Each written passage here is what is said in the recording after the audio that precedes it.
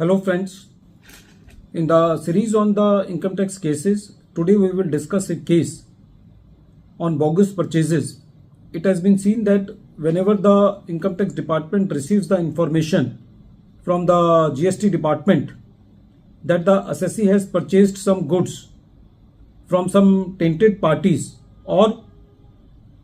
when the revenue records the statement of some person under section 131 or section 131 subsection 1A, and on the basis of that statement makes the addition of the whole amount of the alleged purchases into the income of the assessee without going into the integrity that whatever the purchases the assessee has showing has been ultimately sold by the assessee to various parties and the amounts have been received from them, then what is the fate of these type of high pitch assessments in which the whole amount of the bogus purchases are added? This issue has been very well taken up by Ahmedabad ITAT A bench in the case of Assistant Commissioner of Income Tax versus Krishan Avatar Kabra, HUF. This case is reported in 122 ITR Tribunal at page number 33, and the date of the judgment is 19th November 2024. In the present case, the assessee is a Sarafi business and metal trading and doing trading in metal. During the year, that is the assessment year 12-13, the assessee has purchased goods from a party D of an amount 3.51 crore, and the payment has been made to that party through the banking channels. The revenue in a proceedings recorded the statement of the director of D under section 131, and the director of D in that statement admitted that all the transactions of the company D are bogus and they are not real transactions,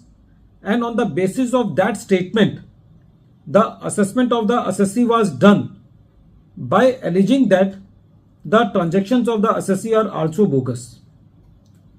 During the assessment proceedings, on the basis of the statement of the director of D, the assessing officer alleged that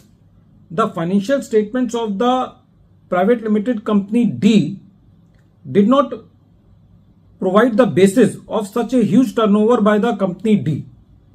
The assessing officer also alleged that both the purchases and the sales of the assessee are bogus, and he made the addition of rupees 3.51 crore by making this statement. When the matter was heard by the CIT appeal, the CIT appeal said that in the present case the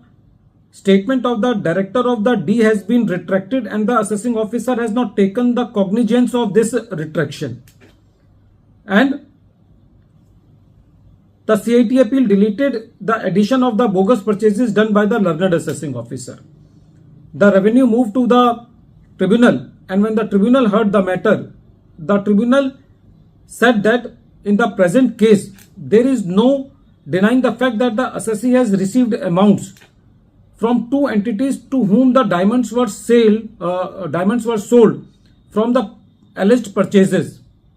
The tribunal said that it is not expected that those sellers have paid the amount to the assessee without purchasing any goods from the assessee, and when the goods have been sold, then it can be safely presumed that the assessee has purchased the goods also. Hence, whatever the purchases have been done from D cannot be doubted. The tribunal further said that if there is no purchase, then there will be no corresponding sale, and if the assessing officer disregards the purchase, then he have to disregard the sale also. The tribunal said that if sales are accepted, then purchases cannot be rejected. It was the point of the tribunal that the revenue failed to establish that the assessee was as a conduit of in transferring the money.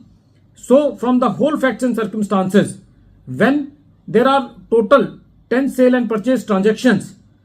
and the assessee has done the mapping of the goods purchased and the goods sold through the quantitative details also, then in that case the purchases of the assessee cannot be doubted and the purchases cannot be added into the income of the assessee. At the end of this video, once again I am repeating the name of the case. The name of the case is Assistant Commissioner of Income Tax versus Krishan Avatar J. Kabra HUF, and this case is reported in 122 ITR Tribunal at page number 337. The matter has been decided by Ahmedabad ITAT A bench on 19th November 2024. Thank you, friends.